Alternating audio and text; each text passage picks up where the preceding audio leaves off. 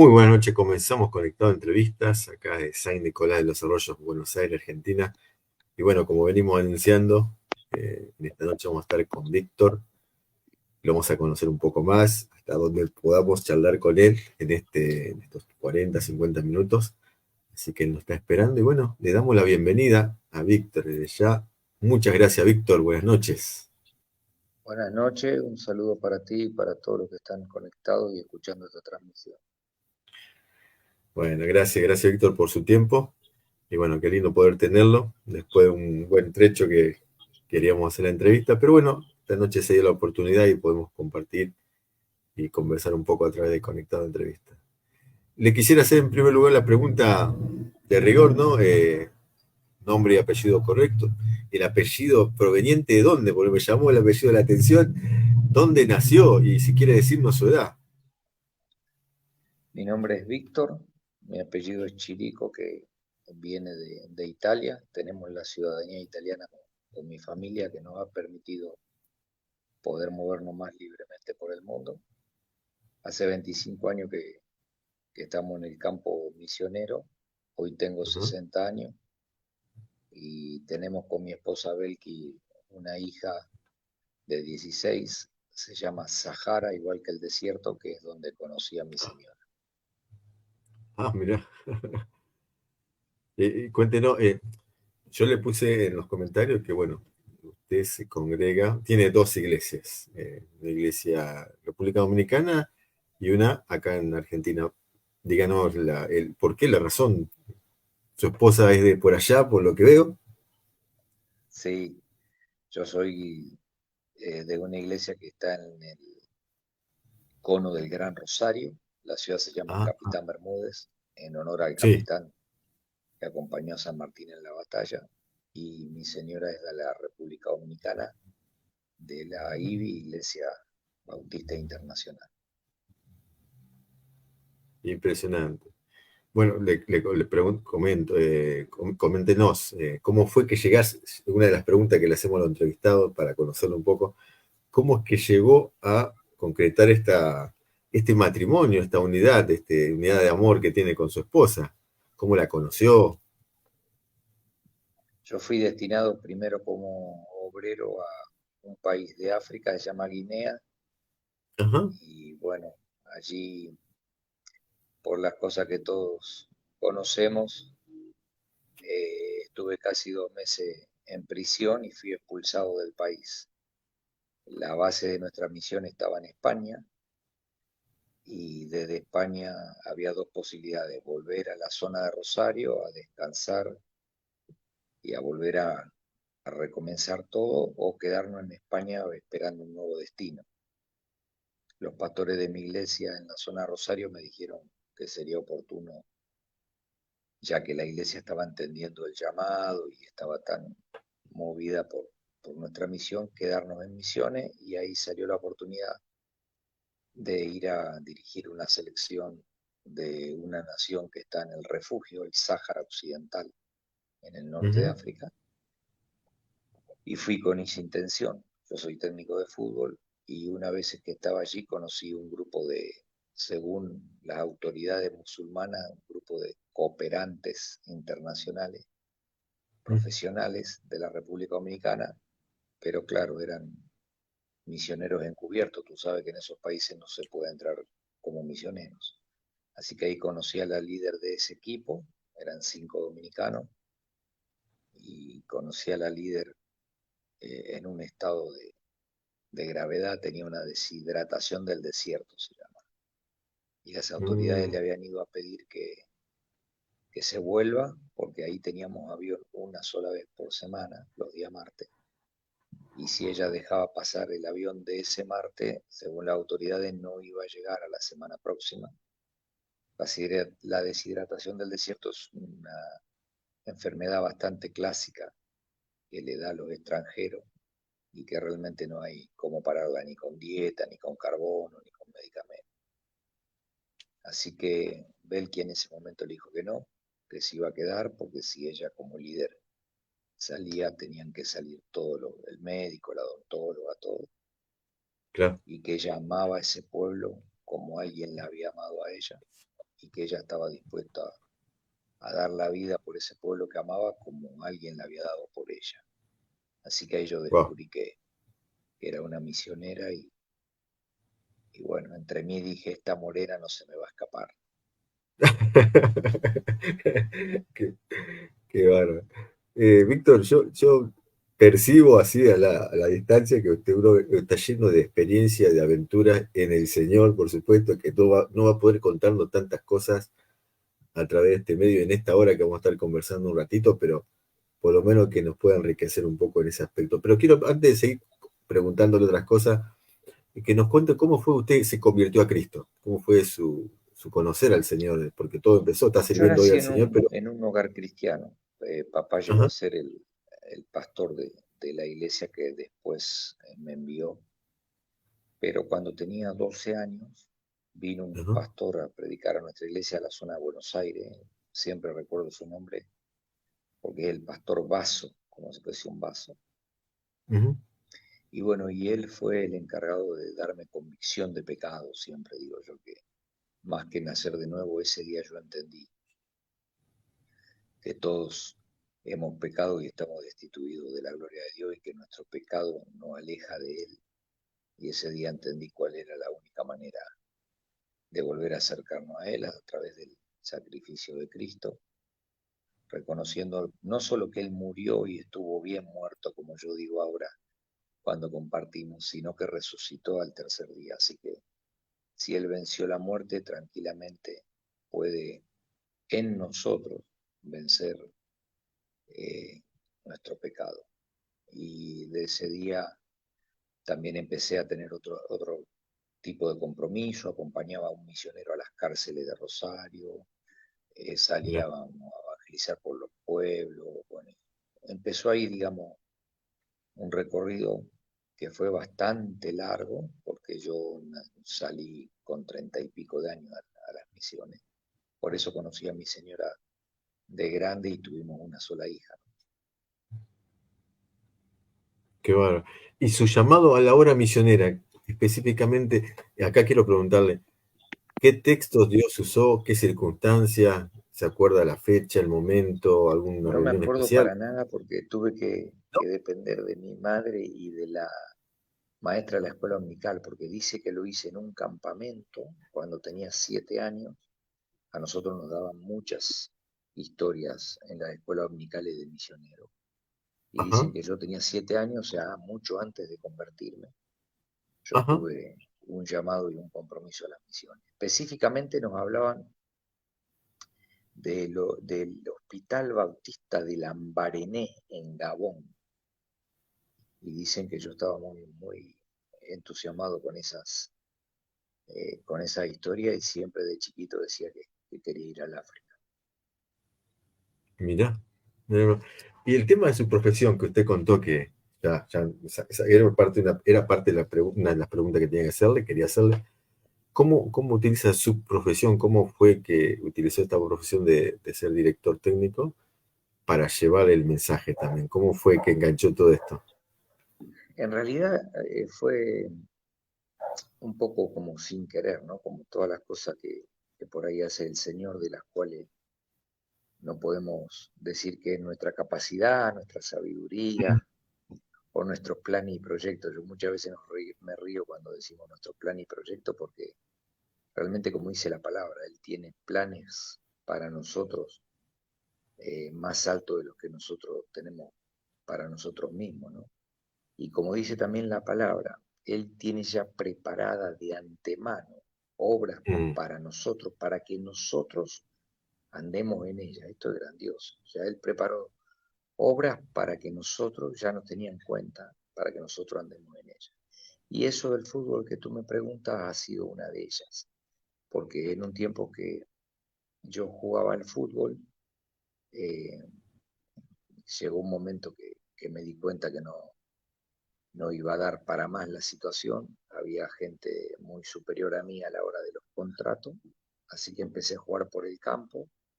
Eso del fútbol también me separó un poquito del Señor ah, mira, y termino mi carrera futbolista en la provincia de Misiones, en unos equipos que jugaban lo que antes se llamaba el regional. Así que como no era tan profesional el tema como habíamos pensado cuando vine para estos lados, se entrenaba solo 2 o 3 veces al día, se concentraba muy poco.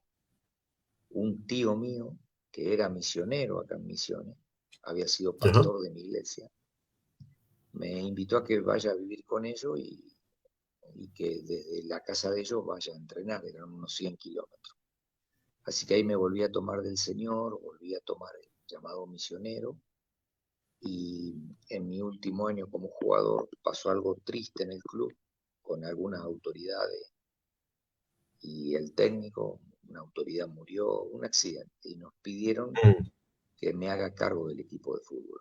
Yo nunca lo había pensado, así que Ah, ahí mira. terminamos el año como pudimos siendo técnico, y para el otro año me desafiaron a que nos hagamos cargo con otro profesor de educación física del equipo.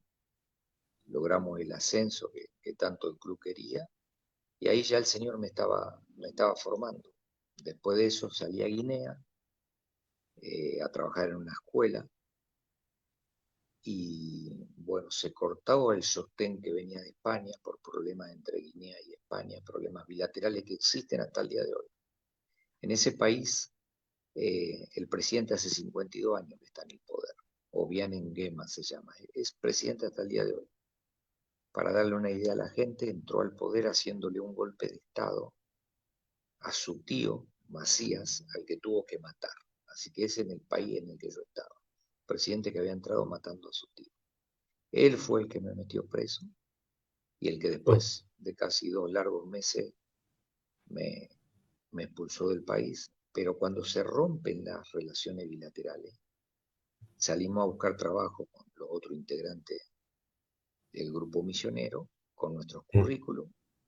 Y bueno, el club más popular de Guinea se llama la Conanji. Justo estaba buscando técnico, me ajá. contrataron, ahí también el Señor se glorificó sobremanera, y volví a retomar, como quien dice, el silbato.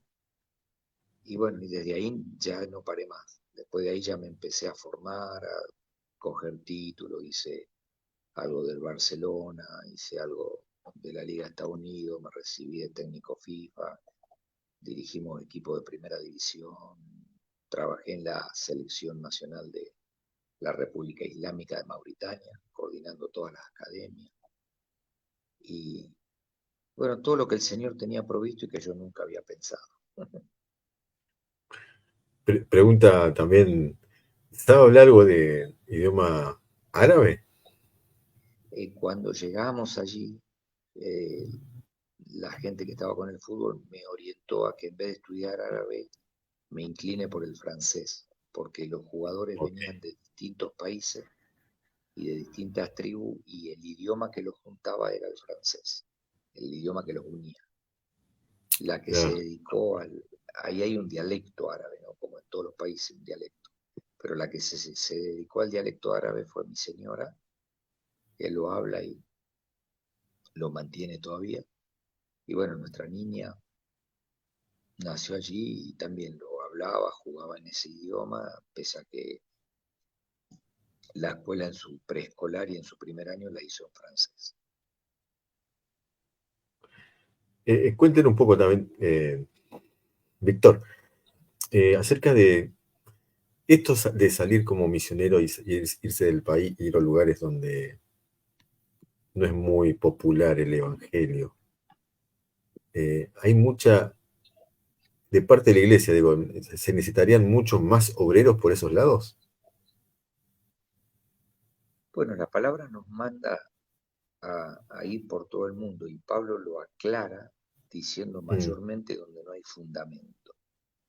mm, Realmente la gran comisión se ha convertido en la gran omisión de la iglesia, y quizás no nos hemos concentrado mucho, no le hemos dado importancia a ese título, ¿no? La gran comisión, como diciendo la tarea pendiente, la tarea gigante, el gran trabajo. Y si volvemos a los evangelios, nos damos cuenta que allí en el aposento alto, donde el Señor forma la iglesia, la forma solamente para que cumpla la gran comisión. Para darme una idea, de lo que la iglesia en general está ignorando. Tendríamos que tener en cuenta que el Señor Jesús le dijo a sus discípulos esto de la gran comisión. Murió, resucitó, descendió, se le apareció a sus discípulos, los volvió a juntar en Galilea, pese a que había muerto y había sido sepultado en la zona de Jerusalén, pasando Judea. Se le apareció a la mujer y se le apareció a algunos discípulos y los cita en Galilea. Para llegar a Galilea, donde él los cita, los discípulos tuvieron que atravesar otra vez la Samaria. Después los discípulos tardan más de 20 años en cumplir la gran comisión globalmente, porque la estaban cumpliendo parcialmente. Dice que hacían milagro en el pórtico de Salomón, predicaban en Jerusalén, Pedro hablaba y predicaba y se convertían 3.000, 5.000, pero no conseguían salir de su zona de confort.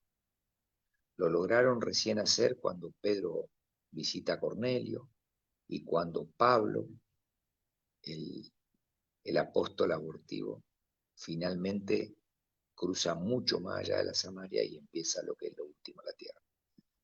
O sea que lo que siempre le digo a la iglesia es que si los primeros discípulos, la primera iglesia, los íntimos, los apóstoles más que discípulos, los íntimos del Señor Jesús, tardaron tantos años en entender lo que Él les había dicho y les había mostrado, es normal que nuestra iglesia hasta el día de hoy no haya entendido que tiene que ir a estos lugares pequeños.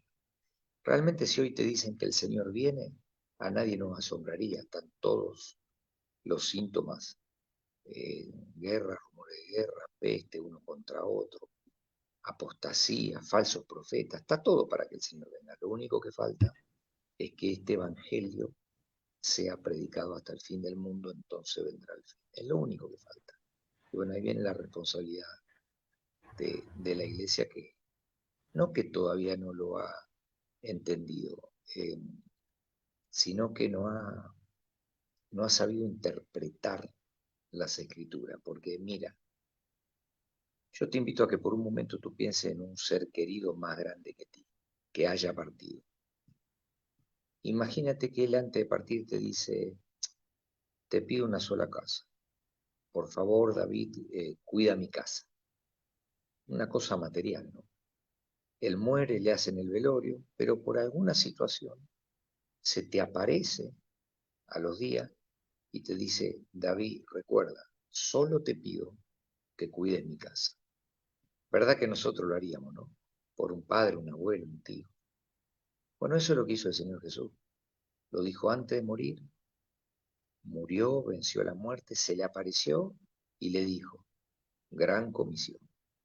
Y aún así los discípulos tardaron 20 años en entenderlo. O sea que no es fácil salir de nuestra zona de confort. Nuestra Jerusalén, que generalmente viene representada por nuestra iglesia, nos da mucha seguridad, mucha comodidad, nos da un título, un cargo, un ministerio, el cual muchas veces nos impide después cumplir plenamente la gran comisión de ir a esos lugares donde tú me estás preguntando. Como para recordarlo, Víctor, y seguramente alguno que mira o mirará más adelante lo reflexione. ¿Qué consejos, qué palabras, qué le dirías a las personas que están en esa zona de confort y tienen una picazón, una inquietud de salir de esa zona de confort? Y aquellos que están en esa zona de confort y están ahí arraigados, ¿qué es lo que tienen que hacer? ¿Qué pensás que tienen que hacer? Decirles algo para que se despierten de esa zona de confort. Bueno, primero aclararle que si entendemos que la gran comisión fue el último mandamiento y es un gran mandamiento, el no cumplirlo, podemos decir que estamos en un gran pecado. Lo Okay. segundo, que si el Señor Jesús pensaría igual que nosotros, nunca hubiera salido de su gran zona de confort, que era el paraíso al lado del Padre. Sin embargo, él pegó un salto al vacío y vino a hacerse como uno de nosotros y sufrir con nosotros y como nosotros y mucho más, porque sufrió esta muerte de cruz. Lo segundo que yo le diría es que piense un poquito más acá en esos misioneros suecos, irlandeses, americanos. Miren los países de los que hablo, ¿no? Suecia, Irlanda y Estados Unidos, que dejaron, vaya si hay confort en esos países, para venir a una República Argentina que era muy difícil en aquellos momentos. Sin esos misioneros, ni tú ni yo estaríamos hablando acá, ni ese hermano estaría sentado cómodo en una silla. Ahora, algo que hay que aclarar siempre, David, es que toda la iglesia tiene que responder, heme aquí, envíame a mí. Y es lógico que el Señor no va a traer un avión de una iglesia de 100, 300 o 500 miembros, no va a traer un avión de 100, 500 o 300 pasajeros para que vaya toda la iglesia. Será uno, dos los que saldrán. La proporción que tenemos nosotros es la de la iglesia de Antioquía. Eran 5 líderes reunidos en ayuno, en oración, y el Espíritu separó a 2 de ellos. Vos, igual que yo, debes conocer mucha iglesia con 5 pastores o 5 ancianos, 5 diáconos. Quizás desde ahí venga la interpretación. Ellos tienen que entender que de esos 5, Dios en Antioquía separó a 2, o sea, un porcentaje bastante alto, ¿no? Un 40% de líderes. Ahora, de la iglesia saldrán 1 o 2. La iglesia lo apoyará, orará, ofrendará, los visitará, se comunicará, los cuidará, pero toda la iglesia con el llamado de heme aquí, envíame a mí. Después el Señor te dirá, ok, David, ya supe de tu disponibilidad, eso es lo que yo precisaba.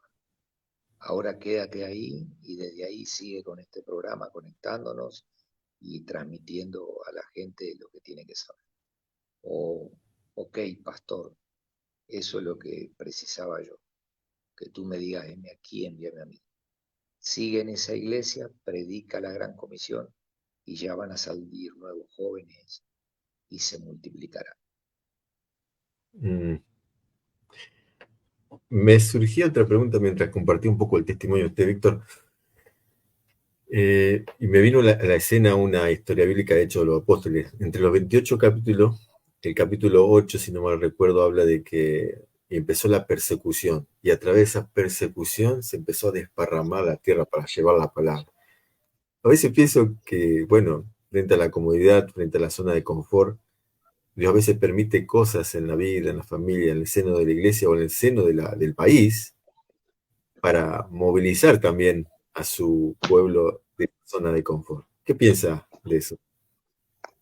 Muy interesante lo que toca. Déjame buscarlo porque te vas a llevar una sorpresita. Ajá, Siempre la palabra tiene perlas. Pero mira, en Misiones decimos que si no cumplimos Hechos 1:8, ajá. que todos sabemos que nos dice que seremos testigos en Jerusalén, Judea, Samaria y hasta la última tierra, el Señor va a mandar Hechos 8:1. En vez de 1:8, 8:1. Que dice, en aquel día se desató una gran persecución en contra de la iglesia que estaba en Jerusalén, y todos fueron esparcidos por las regiones de Judea y Samaria. Ahora, se cree que el libro Hechos de los Apóstoles, cada capítulo tiene entre 1 y 2 años. Esto, por supuesto, que no es fijo. No es que si tomamos los 4 primeros capítulos, un capítulo tuvo 1 año y el otro tuvo 2 años entre capítulo y capítulo. Es un promedio. Vamos a suponer que cada capítulo tuvo 2 años. Desde el que el Señor le dijo que me seréis testigos no solo en Jerusalén, sino en Judea, Samaria, hasta el último de la tierra, cuando venga sobre ustedes el Espíritu Santo. Pasamos al capítulo 2 y en el capítulo 2 viene el Espíritu Santo. Ahora fíjate que 2, 3, 4, 5, 6, capítulo 7 y todavía no habían salido los apóstoles. Estamos hablando de 14 años y todavía no habían entendido que tenían que salir. Entonces, ¿qué viene? La persecución. Y la persecución dice que en aquel día se desató una gran persecución y la iglesia que estaba en Jerusalén fueron esparcidos. Por la persecución salieron. Pero yo te invito a que después, cuando llegue a tu casa, tú lo leas, porque no termina ahí el versículo 1 del capítulo 8. Dice que todos fueron esparcidos y salieron a las regiones de Judea y Samaria. Escucha, escucha, escucha. Todos excepto los apóstoles. O sea que ni la persecución sacó a los íntimos de la zona de confort. Los íntimos recién salen en el capítulo 12. O sea, tardaron 8 años más en entenderlo. Y mientras que no lo entendían, se perdieron algunos privilegios, como el que tuvo Esteban. Esteban no era apóstol, no era de los íntimos. Había sido elegido simplemente para servir las mesas. Quizás tú en tu iglesia, amado oyente, creas que estás simplemente para limpiar el baño, simplemente para limpiar el piso, o simplemente para hacer ujier, pero el compromiso de predicar lo tenemos. Y Esteban lo entendió valientemente, mucho más que los apóstoles, y lo mataron, y se convirtió en el primer mártir del cristianismo. Porque años después, cuando lo matan a Jacob, que sí era apóstol, Jacobo ya no tuvo el privilegio de ser el primer mártir. En la Biblia quedó registrado un simple servidor de mesa y no un apóstol íntimo. Así que se puede obedecer aún antes de que seamos de los exclusivos o de los íntimos. La responsabilidad de predicar en la iglesia la tenemos todos, desde el que limpia el baño hasta que tiene el privilegio de subir en el púlpito. No. A mí me hace que tiene un mensaje preparado sobre ese tema para los talleres de la iglesia sobre misiones. A mí me hace que... Pero es Lo muy tenía bueno saberlo. preparado para un congreso eh, al que no pude ir, ¿no? Y terminábamos en el capítulo, todavía estoy dándole forma, así que Mirá. acepto cualquier idea, pero terminaba en el capítulo 13, cuando justamente Pablo inicia su primer viaje misionero junto con Bernabé. Mm. Y eso sí era el fin del mundo, ¿cierto? Uno agarra el mapa y ve lo que hizo Pablo en obediencia y dice, wow, esto sí que realmente es el fin del mundo. Una pregunta por así decirlo, de color. La otra vez yo estaba estudiando sobre la vida del apóstol Pablo, viaje misionero. No recuerdo exactamente, ahora no me viene a la mente, y había un comentario que decía, bueno, Pablo más aproximadamente pudo haber recorrido, un caso, digo, no sé, no era 70.000 kilómetros en la historia de su vida, más o menos, ponele, no me acuerdo bien cuánto era la cantidad. Pero si yo le preguntara a usted, en el recorrido que Dios le permitió, ¿cuántos kilómetros Dios le permitió? ¿Alguna cuenta habrá sacado hasta ahora, más o menos? No, pero es un lindo desafío, ¿no? Porque cruzar el Atlántico, Sí. nosotros estuvimos una vez en África 6 años y medio sin volver para acá. Y cuando volvimos, lógicamente mi iglesia no era la misma. Mi pastor, que pese a que tenía el mismo nombre y apellido, había cambiado. Y nosotros no éramos. Realmente el amor por las almas, bueno, mi madre me lo hace ver porque dice que hasta el día de hoy, cuando con mi familia oramos por los alimentos, una oración simple y diaria, siempre terminamos pidiéndole al Señor que provea alimento, especialmente a los campos refugiados, donde, amado David, hemos visto no solo necesidad, sino hambre. Nosotros Mm, entrábamos y por la misericordia del Señor cada 3 meses teníamos que salir porque era una zona de guerra. Entonces, el visado que te lo daba Argelia, te lo tramitaba la misma autoridad del gobierno del Sáhara, porque el Sáhara Occidental estaba en refugio como país, pero era reconocido como país. Es como si Argentina se refugiaría alguna vez en Brasil. La sí. visa la daría Brasil, pero tendríamos un gobierno propio dentro de Argentina. Ahora, como es una zona de guerra, a eso lo certificaba las Naciones Unidas. Entonces la visa máxima era 3 meses.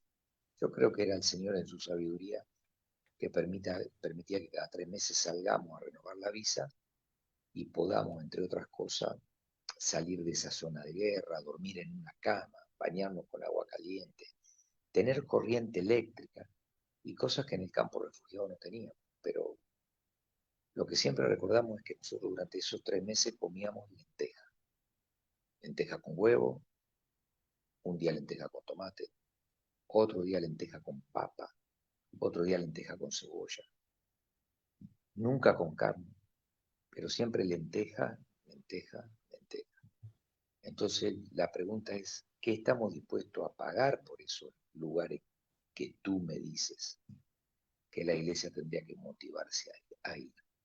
Porque Wow. realmente cuando yo lo pienso, David, yo no sé si hoy con mi edad, tú me preguntabas cuántos años tengo, estoy próximo a los 60, o con mi hija, o con mi familia, principalmente mi esposa está pasando por algunos, se llama burnout, es un estrés crónico de los misioneros que estuvimos en campos extremos.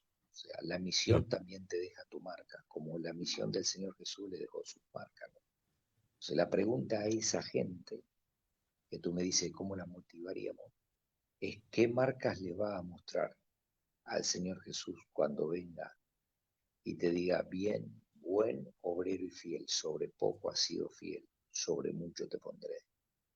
¿Tienes alguna marca del servicio para mostrarle? No. Ahora le voy a hacer una pregunta, voy a seguir con una pregunta, pero antes voy a cortar esta parte y le voy a decir, y bueno, le mandó saludo eh, Fernando Quique Brusa. Saludos, nono Ah, vos, querido. Que bueno, manda un saludos a amigo través de de. la infancia. Mira vos. Bueno, saludo para Fernando también, seguramente después lo va a ver. De la zona Y Rosario, él es de Rosario, Rosario. Rosario, qué lindo lugar, la verdad que acá estamos cerca de Rosario. Linda gente, lindas iglesias que están, Dios está levantando también misioneros para aquellos lugares, en los cuales también, en el caso de usted, hay misioneros que están en lugares donde, bueno, no pueden hacer esta clase de videos por estos medios que conozco y se guardan mucho. Y conozco de otros lugares también donde no podrían hacer directamente videos porque por su seguridad. Yo le quería preguntar algo que usted estaba compartiendo hace rato. Bueno, usted decía de las marcas, de verdad, sin menoscabar y menospreciar la obra de misioneros que están en Argentina, que están en lugares limítrofes donde no son perseguidos, de evangelistas, pastores que están haciendo la obra de Dios, metiéndose en lugares que no nos encarcelan, no nos ponen presos, no, si bien una burla o algo, como Pablo, me acordaba mientras le contaba a usted su caso de que estuvo preso como Pablo, de que no están sufriendo de una manera muy atroz, no estamos sufriendo de una manera, por eso la zona de comodidad, entre comillas, ¿no? Por supuesto, cada uno en la situación que está es diferente, pero hoy no tenemos esa situación en Argentina. Y creo que si pasaríamos lo que le pasó a usted, estar preso, valoraríamos un poco el Evangelio. ¿Qué piensa de eso? Y yo pienso sinceramente que hay persecuciones distintas, Mm, algunas menos visibles, que Satanás esas persecuciones las va adornando o muchas veces las va escondiendo según el lugar. Porque en esos países peligrosos, como tú decís que tuvimos nosotros, donde fuimos perseguidos, caímos presos, todo lo que tú sabes, yo estoy de acuerdo. Por ejemplo, mi hija miraba la televisión sin que nosotros tengamos que controlarla, porque ellos la controlan mucho. En el mundo islámico no van a permitir un tople de una mujer o una escena subidita de tono en el tema sexual o malas mm, palabras. Y tú sabes que tú prendes el canal local y te encuentras con toda esa grosería. Y me pregunto, ¿eso no es una persecución para nuestros hijos? Que están viendo eso como algo normal antes de terminar de formarse como futuro obrero del Señor. O el ejemplo de los pastores. Los pastores siempre me dicen, los pastores amigos, siempre me dicen, no, no, me gusta que tú prediques, dice, porque pones la parte práctica. Yo soy muy malo como predicador. pero siempre cuento errores de las misiones, ¿no? No las cosas que creemos que hemos hecho bien, eso que la gloria se la lleve el Señor, pero sí los errores que hemos cometido, para que la gente vea que no se trata de nosotros y de nuestra ignorancia, sino que de lo vil del mundo. Vasos de barro, dice la palabra. Vasos de barro, que lo único valioso es el evangelio que tenemos dentro. Entonces siempre cuento errores nuestros.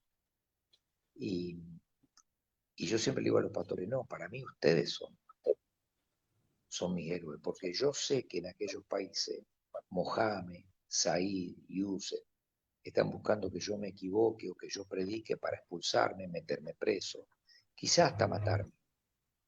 Claro. Pero aquí los pastores muchas veces tienen malos momentos y tienen desilusiones y tienen traiciones de los mismos hermanos, a veces de sus propias, algo que nosotros no usamos el término ovejas, ¿no? Pero a veces de la misma gente que llegaron al Evangelio por medio de ellos y que por ahí le juegan una mala pasada al pastor. Entonces, si bien es verdad, aquellos lugares son peligrosos y otro peligro, la persecución puede ser a costa de tu vida, eso es verdad, es distinto acá. Yo creo que Satanás persigue al Evangelio y persigue a nuestros niños de distintas maneras en todos lados, y en Argentina también. Y está bueno, por eso le pregunto, ¿no? Porque hablándolo con otra persona que está acá, que yo constantemente lo puedo ver, yo no tuve el privilegio, la bendición y la tremenda responsabilidad de poder estar todavía en esos países y ser perseguido o encarcelado 2 años, 3 años, 5 años. No tuve eso. Entonces no puedo saber lo que se siente. Puedo escuchar por testimonios que leí de pastores, de misioneros, de líderes. Lo sé de contar, pero no por experiencia. Pero lo que usted dice, esa perspectiva de que, ¿verdad? Como que Satanás sabe como en cada sector del mundo tratar de una persecución, aunque, claro, cuando uno la mira de este lado, no, para mí una persecución de verdad es encarcelarte, asesinarte, pero a veces cuando lo cuenta usted de esa perspectiva a lo que estamos viviendo acá y ahora que usted está acá cerca, lo valoro de otra manera, por así decirlo, y también abro los ojos a esa realidad que es real también, que el enemigo está obrando así en estos tiempos en la iglesia del Señor y quizás por ahí hace que no se valore mucho las misiones de estar tan preocupado acá y no abrir los ojos para el más allá, alzar los ojos que ya están blancos para la ciega, porque está uno enfocado en su lucha y claro, hay que abrir los ojos, hay que tener una perspectiva más grande que la que el Señor tiene y unirnos a su visión. Eso sí, y saber que el Señor, pese a que tengamos esa perspectiva que tú dices, David, nos puede estar llamando a nosotros, no a nuestra iglesia, a Mm, nosotros mismos ahí. O como siempre digo en un taller en los congresos, el texto Isaías dice, heme aquí, envíame a mí. claro, Nosotros no a Él. decimos, heme aquí, envíalo a Él. Sí, sí. Eh, pero el Señor nos puede estar buscando a nosotros. Algo que me llama la atención de Pablo, que vos lo tomás, es que él muchas veces dice que era judío de judío. Hace hincapié en su ciudadanía Mm, judía. Eh, obviamente hablaba el idioma perfectamente. Fue criado a los pies de Gamaliel, fue formado, el maestro judío de los maestros. Y sin embargo el Señor Jesús lo manda a los gentiles. O sea, mm, imagínate un Pablo en tu iglesia o en mi agencia misionera. Nosotros ni lo dudaríamos. Este para los judíos. Y el Señor dice, no, este para los gentiles. ¿A quién elige para los judíos? A Pedro. Pero antes que el Evangelio a través de Pedro llegue a tanta gente y que el Señor lo use hasta decir que le dio las puertas, al inicio de la iglesia, ¿no? Lo manda a Pedro a través de una visión, porque si no, no le iba a hacer caso, Pedro no iba a salir de su zona de confort. Lo manda de Cornelio. O sea que fíjate que aun cuando el Señor te tiene programado para que tú estés en tu Jerusalén, en tu Judea, Él igual quiere que tú tengas una experiencia transcultural. Y este quizás te sea un llamado para ti. porque tú estás haciendo un trabajo de misionero, tú amas la misión en tu lugar, y tú dijiste, todavía no tengo el privilegio de conocer aquellos lugares. Mm. Quizá el Señor te permita conocer aquellos lugares, llevar la palabra a alguien en especial, como hizo Pedro con la familia Cornelio, para después seguir trabajando en tu Jerusalén. Pero aún a los que queremos trabajar en nuestro Jerusalén, o los que somos llamados a seguir en el lugar que tenemos, el Señor quiere que tengamos una experiencia transcultural. Se la permitió a todos sus apóstoles. Todos en alguna ocasión salieron, aunque sea cruzaron la Samaria para encontrarse con él en Galilea, donde él los citó. ¿Será casualidad que él los citó del otro lado para que para verlo tengan que cruzar esa Samaria que tanto problema tenían en atravesar? Víctor, cuéntenos cómo pasa el tiempo, conversando un rato, preguntando, repreguntando. Seguramente esta entrevista va a ser bendición de hermanos que lo van a ver después. Yo después voy a compartir también en YouTube. Y quería preguntarle, esta agencia que nos nombra, ¿cuándo empezó? ¿Usted tiene una agencia de misiones o está involucrado en una agencia de misiones? ¿Cuál es el nombre? ¿Cuántos años tiene? ¿O se puede decir la cantidad de obreros que están trabajando? ¿Cómo se inició la historia? Un poco de la historia de este tema de la agencia. Aquí yo estoy del lado de Brasil, en la triple frontera, donde Ajá. Argentina caprichosamente se junta ahí con Paraguay y Brasil, y por unos pocos kilómetros no está también Uruguay, así que está a unos pocos kilómetros de ser una cuádruple frontera, donde abundan los musulmanes y los árabes. Aquí hay 81 etnias representadas, de las cuales 70 son de origen árabe o musulmán. Hay una diferencia entre países árabes y países musulmanes. Cuando hablamos de países árabes nos referimos a la lengua. Son países que hablan el árabe, que tienen en la lengua árabe su primer idioma. Cuando hablamos de países musulmanes nos referimos a la religión. Son países que tienen el islamismo como primera religión. Aquí, en esta triple frontera, se encuentra todo esto, principalmente del lado brasilero y del lado paraguayo. Para darle una idea, en estos pocos kilómetros cuadrados hay 5 mezquitas. Las Oh, mezquitas son como iglesias para nosotros. Y hay de las dos ramas, chiita y sunita. Por la misericordia del Señor, me pude hacer muy amigo del imán, del jefe chiita aquí en Foz, y del jefe imán sunita en Ciudad del Este. Compartimos, es muy raro que pasen 2 semanas sin que tengamos un té, una conversación, algún regalo. Eh, Uno de ellos está pasando por un cáncer y siempre me dice, orale a tu Jesús. Y yo lo cargo y le digo, Mohamed, tú ya sabes que mi Jesús no es igual que el del Corán. Y él dice, ah, Víctor, Víctor. Eh, pero bueno, estamos aquí contestando tu pregunta en lo que se llama Misión Evangélica Árabe Brasil. Por las siglas sería MEAB, pero ellos dicen MEABI, en portugués la B es BI. mm, Entonces ellos hace 15 años que están formando obreros brasileros para ir al mundo musulmán.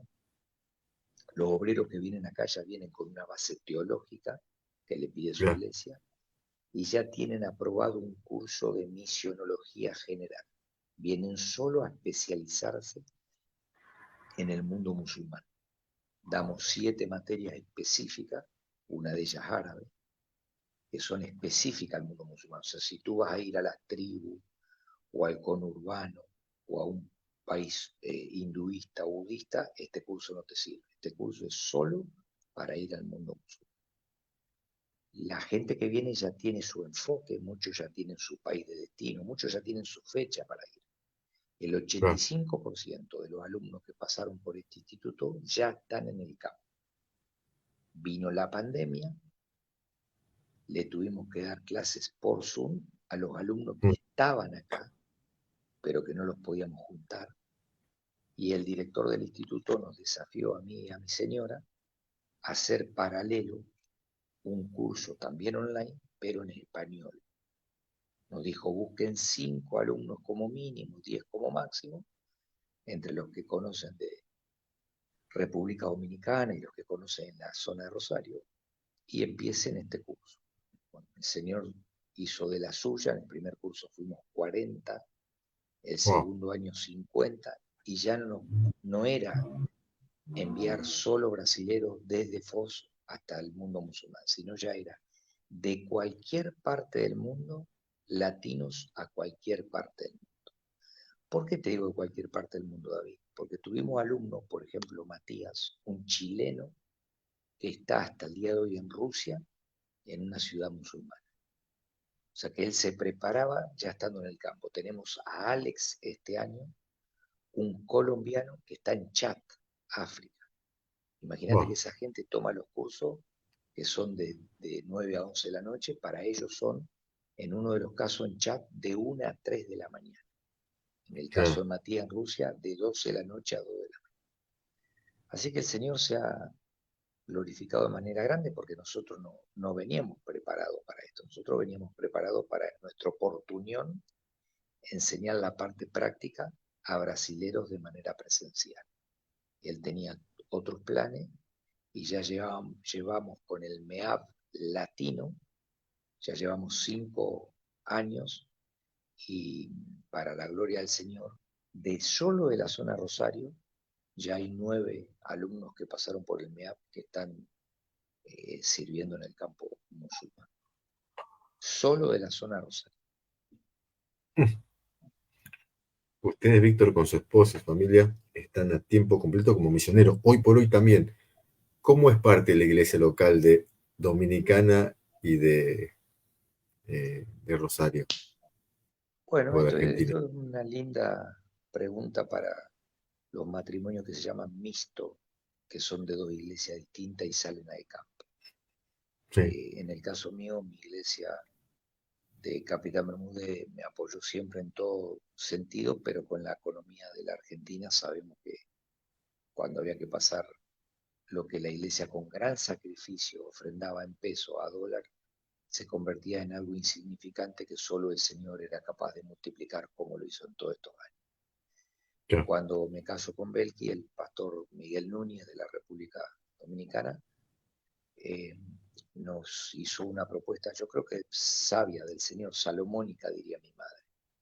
Él nos dijo, bueno, ustedes son tres, dividan el presupuesto de ustedes en tres. La parte de Belkis, que la va a buscar en la República Dominicana, la va a cubrir toda la iglesia nuestra, para que Belkis cuando venga a Dominicana sea para descansar. La parte tuya, Víctor, buscala con iglesias de la zona tuya de Rosario y todos los contactos y amigos que tienen por el mundo que cubran la parte de nuestra hija Sahara. Así que nosotros tenemos siempre eh, eso en perspectiva. Nos cuidamos mucho, no somos gastadores, no hemos invertido cuando los equipos de fútbol nos daban algún salario extra, no hemos invertido en cosas personales como terreno, casa, coche, sino que lo hemos reinvertido todo en la obra del Señor. Y hoy estamos en un tiempo de querer quedarnos fijos en algún lugar, principalmente acompañar a nuestra hija que nos pidió que quiere que estemos con ella en el periodo de la universidad, antes de ella independizarse, y después de lo cual pensamos que volveremos al campo ya de viejos a morir en el campo. Pero ahora sí nos estamos preocupando por tener una vida más estable, tenemos alguna oferta de algunos ministerios para que estemos en lugares más estables y más cerca de nuestra hija. Pero hasta el día de hoy nunca nos había preocupado eso, sino que el Señor, a través de todos estos años, siempre proveyó. Mira algo que siempre cuento. Cuando Cristina eh, económicamente toma la decisión de hacer aquel famoso corralito con una gran devaluación que hubo, nos quedó encerrado el dinero en el banco y muchos misioneros argentinos, muchos, la gran mayoría, tomó la decisión, haciendo las cuentas, de volver rápido a nuestro país. Específicamente en la República Islámica Mauritania fuimos 2 matrimonios, 2 familias, que tomamos la decisión de quedar. Y el Señor proveyó en esos años de corralito mucho más abundantemente de que cuando podíamos usar de nuestra ofrenda. ¿Qué quiero decir con esto, David? Porque ahora sabemos que hay medidas económicas que pueden seguir afectándonos y la difícil situación que estamos viviendo con todos estos ajustes, ¿no? Lo primero, que nosotros no confiamos ni en Milei, ni en Cristina, ni en Macri, nosotros confiamos en el Señor Jesús. Podemos tener nuestra idea, podemos tener nuestro perfil, digo yo, político, ¿no? Porque a la larga somos creyentes. Pero aquellos partidos o aquellas ideas que estarían más cerca de nuestro perfil son los que más nos van a desilusionar. Maldito el hombre que confía en el hombre. Sabemos quién es el único que no nos desanima y nos falla. Eso en primer lugar. Y en segundo lugar, que si estamos en el campo, el Señor es el que nos invita a la gran comisión. Y como en nuestro país, el que invita paga. El Señor Jesús paga muy bien y Él no es deudor de nada. Así que eso no sea una traba para pensar ir hasta el último de la tierra. Víctor, de verdad, muchas gracias por esta entrevista. Pasó vuelo del tiempo, pero tengo una última pregunta, o enganchado dos ahí, pero le quiero hacer esta pregunta que le hago a la mayoría de entrevistados. Me gustaría seguir conversando con usted, pero no quiero que pase una hora. Yo sé que usted también tiene tanto para compartir y si le sigo preguntando preguntas, tiene para contestar también. Usted y yo sabemos que en cualquier momento puede venir el Señor o el Señor en su voluntad, en su soberana voluntad, decide llevarnos. Si tuvieran que poner algo en su lápida, alguna frase que resuma desde que conoció a Cristo hasta ahora la historia de su vida, ¿qué frase usted pondría en su lápida? Si la pensó, yo creo que yo me imagino que la tiene pensada, pero esta es la frase que me gustaría poner en mi lápida y cuando vayan a ver mis seres queridos, hermano, conocido, bueno, vean esta frase, que si esta frase resume la vida de Víctor. No, la verdad que no la tenía pensada, pero ahora que vos me lo decís no tendría duda. Y ¿Cuál? como siempre te diría que sale a través de un error nuestro, ¿no? Primero te voy a decir la frase. Yo pondría que no se trata de nosotros, que se trata del Señor. Porque quizá ese mismo lugar de lápida o de muerte, o en tu tumba vaya mucha gente a querer recordarte o a querer decir este era un hombre de Dios o este dio su vida por las almas. Y quizá estemos desviados a esa persona que no se trata a nosotros, que se trata de él. ¿Y por qué te digo, David, que sale de un error nuestro? Yo siempre confieso este error. Yo cuando iba al África, yo pensé que, sinceramente, que yo iba a cambiar el África.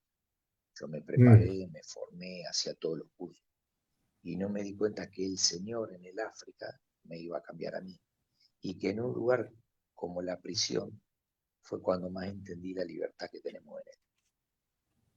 Entonces, todo lo que hagamos no se trata de nosotros, sino se trata de él. Parafraseando la frase del Señor, del apóstol Pablo, ya no vivo yo, Cristo vive en mí, es todo Él. Wow. La verdad que linda frase, esta no se trata de mí, solo se trata del Señor. Es una frase bárbara para una lápida, sí, la verdad que sí, porque exalta al Señor solamente. Víctor, muchas gracias, fue muy enriquecedor conversar con usted. Yo creo que yo vengo haciendo la entrevista hace un buen tiempo y cada entrevistado tiene algo que no me imagino que cuando a la hora de compartir así a través de los medios dejan para cada uno y también para los que lo van a escuchar, alguna experiencia, alguna frase, algún compartir siempre y la verdad que siempre es enriquecedor lo que Dios está haciendo en muchas vidas, lo que sigue haciendo y no me imaginaba, la verdad que compartiendo y así que si alguien quiere contactarse con usted, eh, bueno, seguramente le pasaría la página esa de, no sé si tiene la página de MB Latino, hay algo donde se pueden conectar. Sí, Si usted me sí, la pasa sí. después, Y si lo no, pongo ahí. tú en libertad le Ah, das bueno, mi WhatsApp. si alguien quiere contactarse, algo de la obra Ninguna misionera, duda. quiere capacitarse, prepararse, Víctor está con mucho gusto para poder compartir con ustedes. Y si a alguno le interesa saber también de Dios, del Señor, o invitarlo también a Víctor a algún congreso misionero, una conferencia, evento misionero que hable sobre el mundo musulmán, lo cual tiene mucha experiencia Víctor también. Bienvenido, a ver si va a ser enriquecedor y de mucha bendición para los hermanos. Lo van a tener más tiempo, digamos, que una hora en un programa como este. Víctor, desde ya muchas gracias. Gracias por su tiempo y un saludo para su esposa. Siempre digo que a mí me encanta hacer los matrimonios porque escucho la perspectiva de la otra campana de la mujer y está bueno siempre. Y un saludo a su hija también, un saludo a la iglesia ahí donde está en esa zona de Brasil. Y bueno, un abrazo para todos los que le conocen a Víctor también. ¿Algunas Que últimas Dios te palabras bendiga, finales? David. Y muchas gracias. Estoy muy agradecido. Esta entrevista se hizo esperar mucho, tú lo sabes, pero el día era hoy. El día era hoy, ya el jueves que viene no estamos viajando y bueno, estamos muy atentos a otras cosas como la salud de mi señora y el andar del instituto, así que era hoy el día programado por el Señor. Déjenos esos motivos de oración. Uno por la salud de su esposa Sí, y algún y otro motivo. otro motivo que realmente queremos dejarle es por salvación y por las almas de tantos musulmanes que, créeme David, están buscando al Señor. Quizá de la manera equivocada, muchas veces orando hacia Dios, no conocido a Alá, pero ellos están buscando. Y tenemos obreros, hay muchos obreros de la zona Rosario en estos países. Yo siempre les digo, chicos, la primer motivo de oración tiene que ser siempre salvación por las almas que el Señor pone en su camino, porque para eso son enviados. Ya habrá tiempo para pedir por sustento, que tanto nos preocupa, por salud, por nuestra familia, por proyectos. Lo primero que tenemos que pedir en la iglesia, como tú me estás ahora pidiendo, David, es salvación por las almas, en nuestro caso por las almas que hoy le pertenecen al mundo islámico, ¿no? En aquellos lugares donde tenemos obreros trabajando. Como dijo el Señor Jesús en su oración, Padre, no te pido solamente por ellos, los misioneros, sino por lo que han de creer en ti por Sí. la palabra de ellos. Muchas gracias, David. No, me quedo con otra. Lo maravilloso que estar enfocado, concentrado en el objetivo que Dios nos dio cuando fuimos llamados por Él. La verdad que eso también me queda bien en la mente y el corazón de lo que usted nos comparte esta noche. Gracias, Víctor. Muy buenas noches y un saludo grande para la familia. Tuvimos esta Bendiciones. noche con Víctor desde acá, a la frontera. Ha sido una bendición compartir con él. Dios mediante, nos vemos la semana que viene con otra entrevista. Y bueno, cualquier cosa, si quieren contactarse con Víctor, se ponen, mandan un mensaje y así podemos hacer la unión. Muchas gracias, que Dios lo bendiga, que tenga un lindo descanso. Buenas tardes, buenas noches, en el momento que lo puedan estar viendo. Y un abrazo grande para todos. Seguimos en otro próximo programa de Conectados Entrevistas 2024. Chau, chau.